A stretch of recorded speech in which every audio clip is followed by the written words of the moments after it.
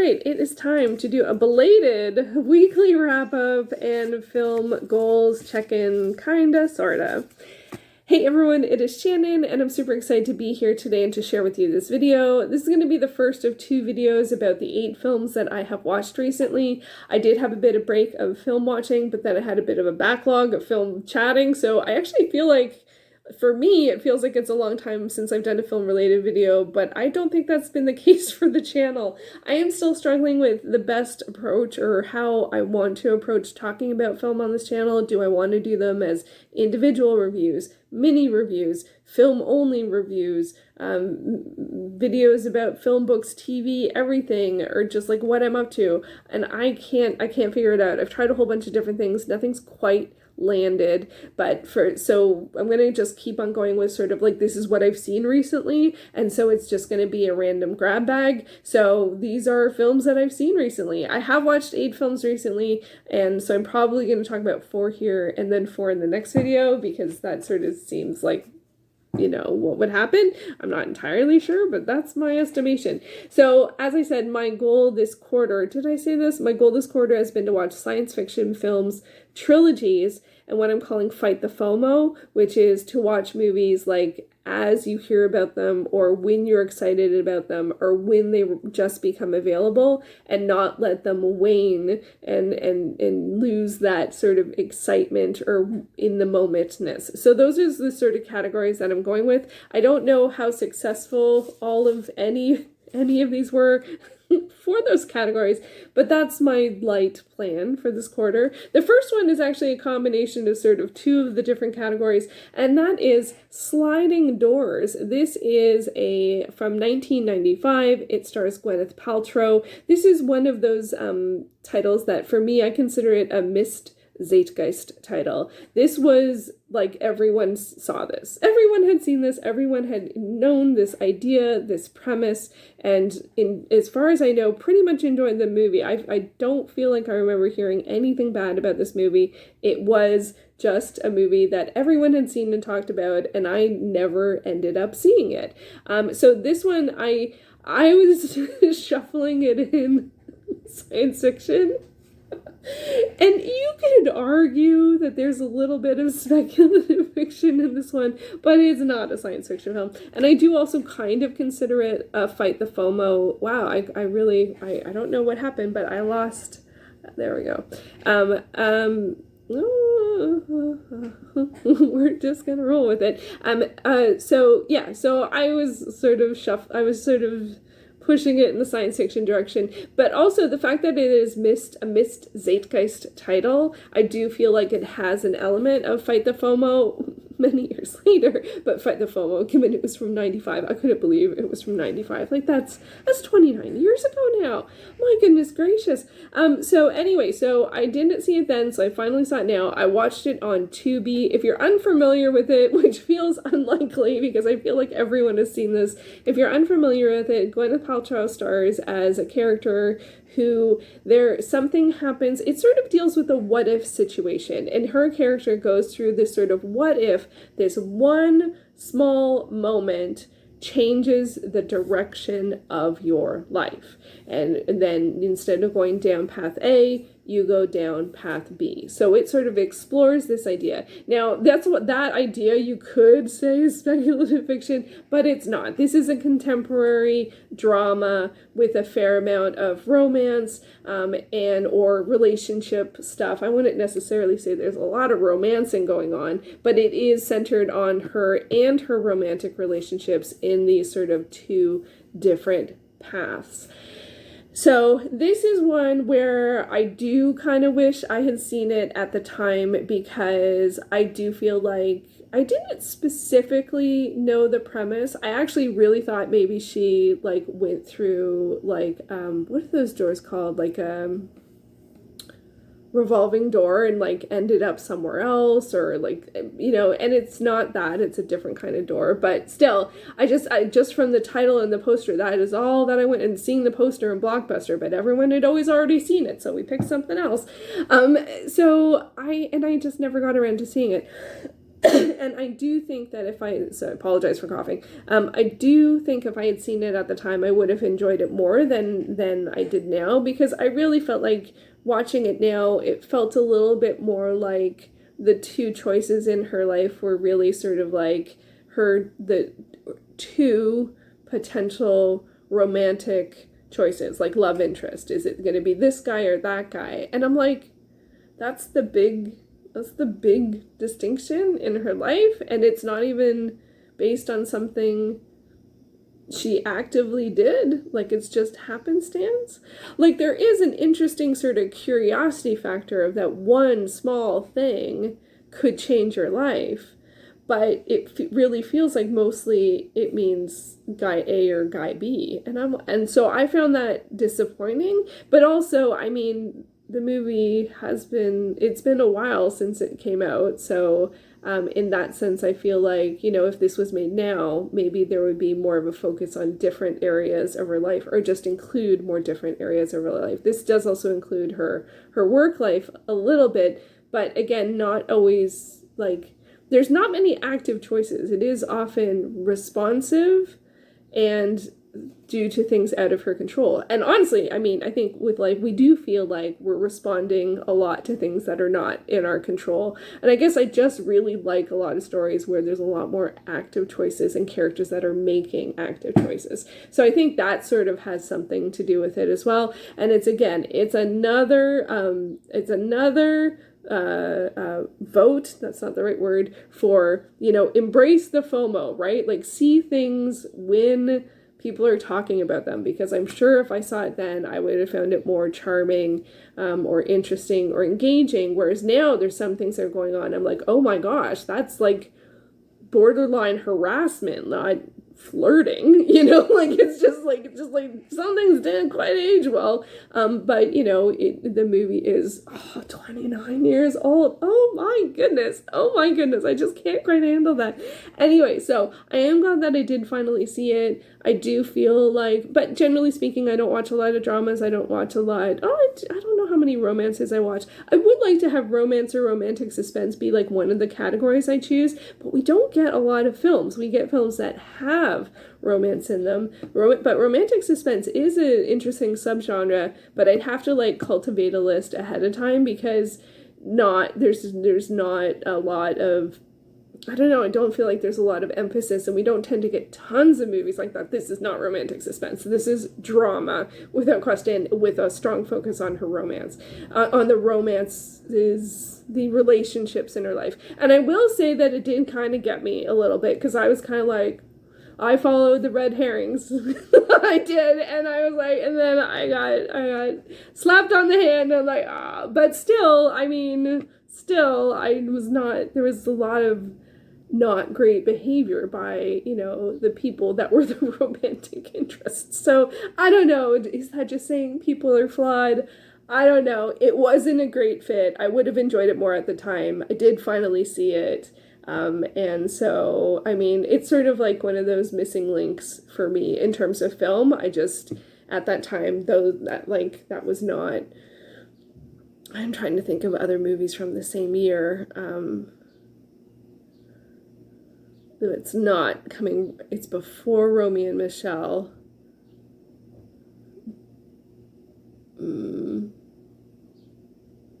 Before Practical Magic, but after Jurassic Park. I think it was in one of the strange periods of time where I didn't see a lot of films, so I think there's also something to be said for that.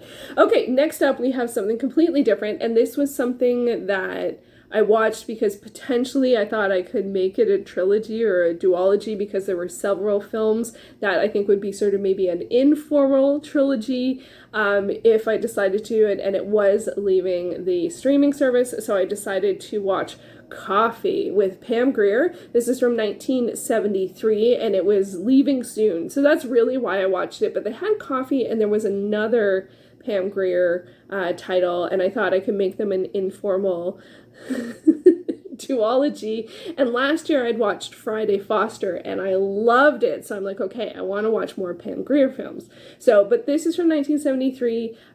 It is a blaxploitation film, and it is very extreme in terms of like some of the things that it shows, in terms of like the violence and stuff like that. So, because it's about pushing the edges and that kind of stuff. And she is sort of like nurse by day, and you'd make, yeah, it says she's the godmother of them all, the baddest one chick hit squad that ever hit town. So that's sort of like the promise, right? Is that she's a nurse by day, one woman hit squad by night. But I think she worked at night. So anyway, it doesn't matter.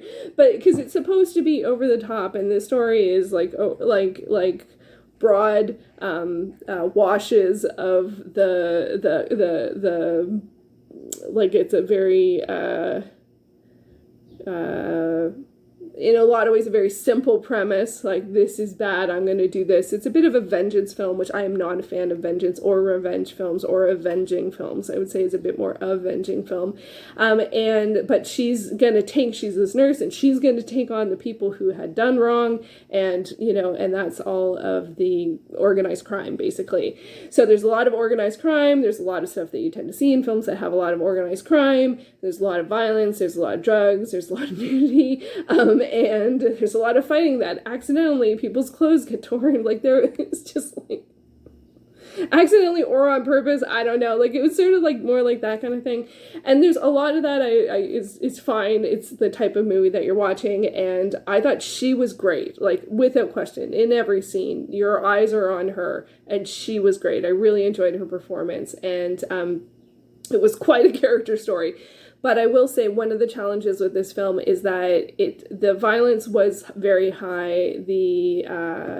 And there was one scene that depicted what would be and what was referenced as a hate crime. And it was very disturbing. And even in an exploitation film, I'm like, I don't want to see that. Like, that was just too far for me. And so that sort of made it from like this over the top thing, because it's something that was done. You know what I mean? Like, it's not, there is historical, and they do say something in the film that's like, that indicates that it's intentionally, like, and it was just too upsetting. It just brought it to reality as opposed to this over the topness. And I will say, from that perspective, I would have to say that I regret watching it. So that really sucked. And there are racial slurs in this. There's racism in this.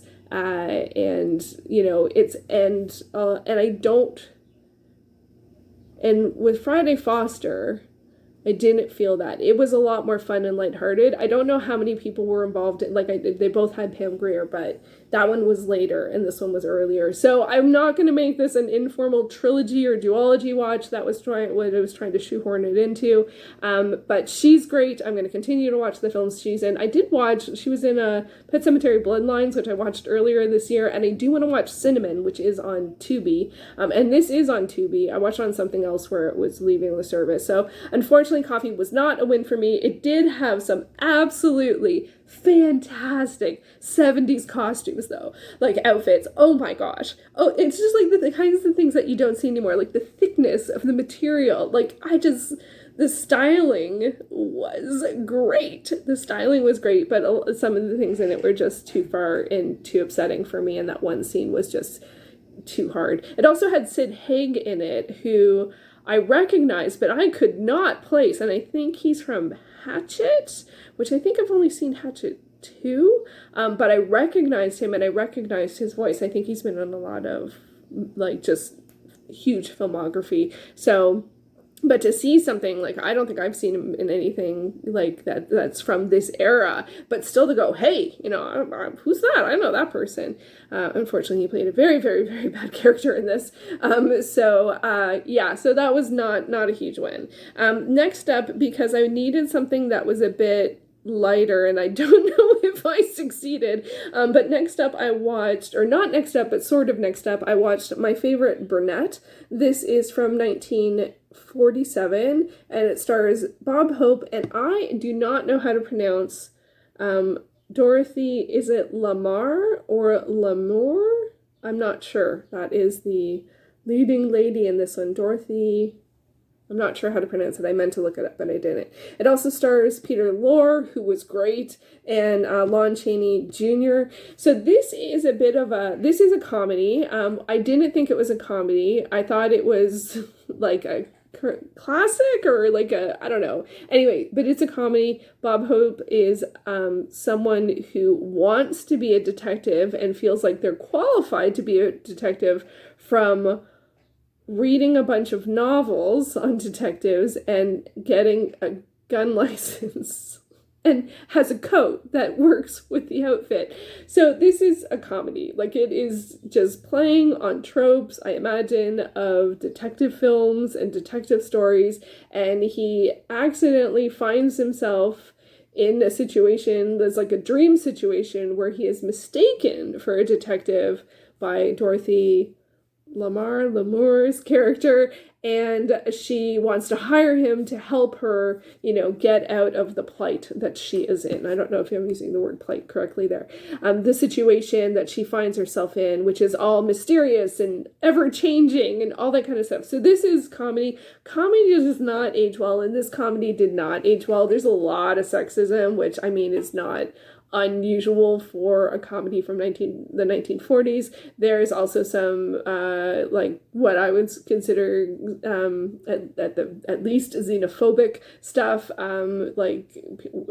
relating to Peter Lorre's character, and then some really not appropriate comedy in terms of a character who's not that smart, and playing off of that. So there is a lot that has not aged well. And I know that this movie is now,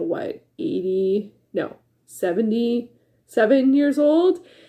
And I understand that, but I didn't realize it was a comedy. I actually don't know if I've seen Bob Hope in a movie. Like, I know him more as like a presenter or a host. You know what I mean? Which often is comedy. So I'm like, is he known as a comedian? Is this the shtick that he does? Like, and he's all of this like inappropriate, like hoping to always romance her, even when she's like, she's supposed to be married, and all of that, still hoping for payment through like romance. Like, it's just so wrong. And so much of it is that sort of comedy of errors and getting into bad situations and trying to get out of them. And his character is the sort of, like, he doesn't know what he's doing, but somehow he gets through and therefore is confident. And I'm like, I think it's time to have some different types of characters. You know what I mean? Like, I don't know. So it was not a favorite, but what I needed at the time, I tried to watch some other movies, which I'll talk about in my next wrap up. I tried to watch some other movies that were a bit more, like a bit more art house, or a bit more like something.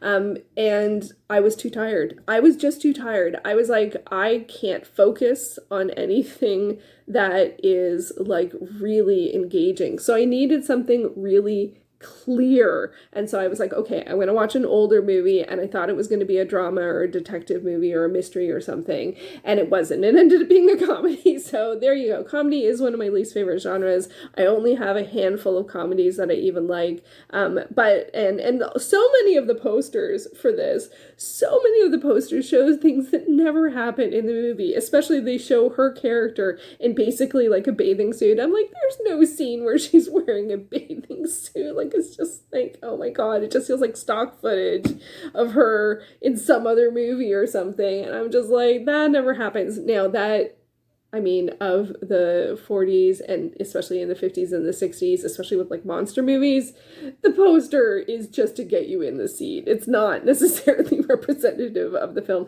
This was the most clearish, and this does give the sort of screwball comedy kind of vibe that it did have. So anyway, it was not a win, but it wasn't, and it was outdated, and there was stuff that is offensive, but it wasn't super different or super mean. Like, it was just sort of like cringe of the time stuff. And so, yeah, that wasn't great. And then next up, I did watch another, I don't know if this would be a comedy. It definitely had some comedy elements to it, but I am still very much in the mood to watch dance movies. So I ended up watching Dance Off. I watched this with my sister, and I went through my list of like all of the dance films that I had collected for the first quarter, because that was one of my focuses, and this is one that I didn't end up getting to. So we watched this. It's from 2014, and it's got the sort of like second chance romance vibe, because it follows two dancers who knew each other when they were kids, but something happened to tear their friendship apart, or potentially more than friendship. They were really young. And then there's some competition, lo and behold, who was across the stage, but someone from the other company that's in the competition is long lost friend, but there's resentment and hurt feelings that need to be healed through dance, because, dance heals all the wounds. So anyway, so it's that kind of like, star-crossed lovers kind of idea. They're from different companies. Hers is very well funded and she's very rich. He is not. The studio he is at is like falling apart. And there just ends up being that they have to compete against each other. There were a lot of things in this one that didn't make a lot of sense. Like, for example, if they are rival companies, it wouldn't be any surprise to see them. Like, it's not like anyone moved back, I think, to the neighborhood. I don't think. And then, so there was that was a little surprising. And some of the dance numbers really felt like, okay, we need more dance numbers, so let's do this and have this happen, even though it doesn't quite make sense with the timeline, but let's do it. And some of those dance numbers were great, but they didn't quite fit the story or the vibe or the flow. Like, it was just like, we needed more dance, and I'm always there for more dance, so I'm happy about that. And the story is a tried, tested, and true story. You have a romance arc, you have the save the studio arc, you have the pressure to do what the people in your life are telling you to do. That's one of the ones that she faces. She's sort of pressured by her family. And so there's a lot of the tropes that we get in dance films, which, I'm fine with. I don't think there's anything wrong with that. And there's a fair amount of dancing. There were a couple of things that were a little challenging with this one, especially like I was never quite sure what style of dance he did or the style of his dance studio. And that felt a little bit strange. And it was sort of like the studios competing against each other, and it felt like both a new and annual event. And I'm like, how can that be? And they did kind of explain it, but I still kind of felt myself going, how did that work? And I will say there was one absolutely amazing committed performance by, it was Carolyn Hennessy as Mary, who is the person, the business person, company owner who runs the competitions. And she was excellent. Like, she just milked every moment that she was on scene, and just, it was so funny and it was so good. And she's a big soap opera star, and I wasn't familiar with her, but she was on, I can't remember which soap opera, maybe General Hospital, but like hundreds of episodes. And I'm like, yeah, she's got it, and so that was a real joy of the film. But I will have to say, one of the challenges I did have with this film, and it didn't age well, and it's only 10 years old, is there was a lot of unhealthy and harmful enforcement of the and control around food and weight of the female protagonist, her mother's behavior towards the girl's younger sister. So was very much like, like she wanted to eat, and the mother's like, no, you're fine, just go. And all of this energy around her not being thin enough, and the character was like, I'm like 10, 8. And then in addition to that, there was all of this comedy about eating, and some people like really like just eating like a lot of food, like as like a joke. And I'm just like, what is going on? Like, this is all just very uncomfortable and very like having like showing a character that's like 10 or under being told not to eat is just not okay. Like, it's even in and I'm not saying the dance world is the best in terms of body image and nutrition and healthy eating and healthy habits. I mean, I'm sure it's come a long way, as a lot of people and a lot of industries have, but I mean, it felt very uncomfortable and out of place. I don't feel like there was any need for it to be there. I did feel like there was one really good discussion and with the two sisters together that provided a bit of sort of showcase. What's the right terminology? That challenge that, right? Because if you have unchallenged behavior, it's really bad. But if you challenge it and you show that it's wrong, then you're making a step in the right direction. But it was only one scene in the entire film. And that just was really uncomfortable and unsettling. And I don't really understand why they included it. And so, especially because often it felt like it was, all of the food stuff was for comedy, and I'm like, who is laughing here? I don't get it. So, but in terms of the dancing, I thought it was a good, like, the other elements and the dance elements of the film, I did enjoy it. It wasn't the most, there was a lot of sort of unexpected quick fix type things that happened, which does often happen in these types of movies. And I did really like, I thought Catherine McCormick, who plays out of the two protagonists, she's the female dancer, and I thought she was a great dancer. She's a really, really beautiful dancer. And a lot of the dance numbers were really good. I just felt like sometimes they were just sort of like added in, and that felt weird because it's like it's a dance movie. How many times are you going to be at the studio? But there wasn't like a training montage or people doing choreography or learning the choreography. I'm like, how can you have a dance film without a training montage? Like, this just like, it's one of the tick boxes. You gotta have at least one, but it was a bit more focused on the relationship, and it did have more involvement of the parents, especially of the girl, but I think a lot of it was hung up on this sort of eating stuff and body image stuff, and I'm just like, and she was a very controlling mother, and you really did see like she was sort of living her life through her daughter a little bit, so the daughter was having that pressure of, I'm dancing because you're telling me to, which is not always the story we see. Often we see the story of that the parent-child relationship is that the kid, I don't like to say parent-child, but like the protagonist, it's usually is working against their parents or their family who say that going into dance is not a realistic expectation. In this, it was the opposite. The mother was kind of like living vicariously through her daughter, which is a different story. So that was a different spin on things. But it was interesting. And again, I mean, Carol Hennessy, so good. Like, oh my gosh.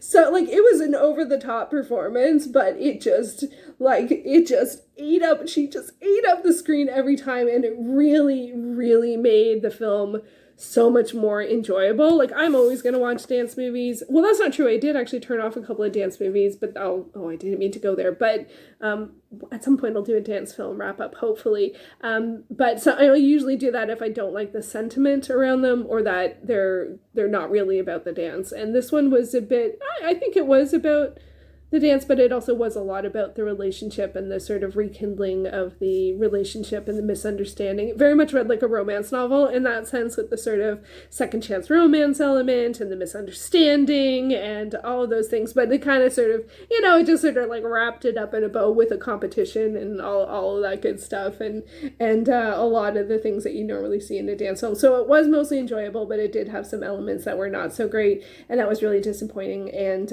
I do feel like we're continuing to be better as a society around that, but I mean, there's still more work to be done. So, and even in 10 years, it feels like, oh, wow, you wouldn't have that. And I think that that's good, but it also is disappointing to still see it, even in a film that's as recent as 10 years old. So anyway, those are some of the movies that I have seen recently. Let me know, have you watched any of them? Have you watched Sliding Doors, Coffy, Dance Off, or My Favorite Brunette, which is a bit of a wild card in this one. Yeah, it was, I gotta say, it was not the best mix of stuff, but I am getting back into watching movies, and that's the most important thing. So I'll be back soon with another 4 films that I have seen recently. Thank you so much for watching.